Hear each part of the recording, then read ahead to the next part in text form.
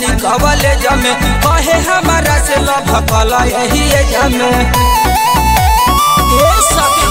अरे जब जब पढ़े हम जानी कवले जमे कहे हमारा से लभकल यही जमे आके बगल में बैठे रोज ताकत घूरी घूरी तो एक बेर दे दे हनी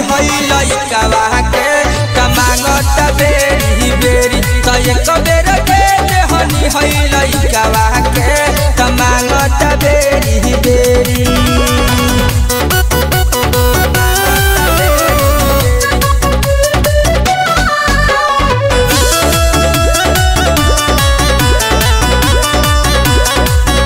हो जाला छुट्टी तया जाल गेटे पकड़ेला रोजो इशारा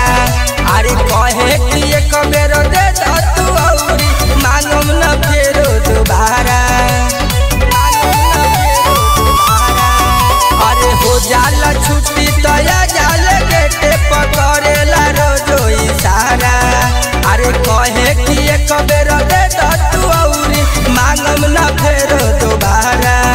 अरे लागताला जे पटाई कया जे कोरा में लिहल सधेड़ी तो एक बेर दे दे हनी लइकावा के मांगत बेरी बेरी तो एक बेर दे दे हनी लइकावा के मांगत बेरी बेरी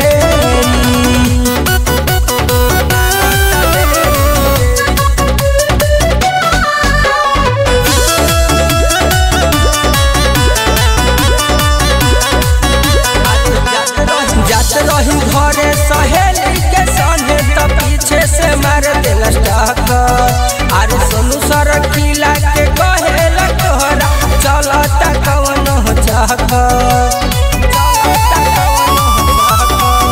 अरे जात रही घरे सहेली के संगे तो पीछे से मार दिल अरे सोनू सर किला के कहेला तोहरा चलता केहू से चक्कर अरे अरविंद के का हम बताई रहनिया कइल चाहेला बल जोड़ी तो एक बेर दे दे हनी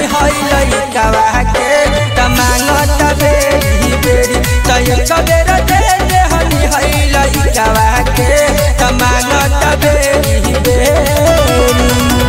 Recording by Bhavani Studio, Navatpur।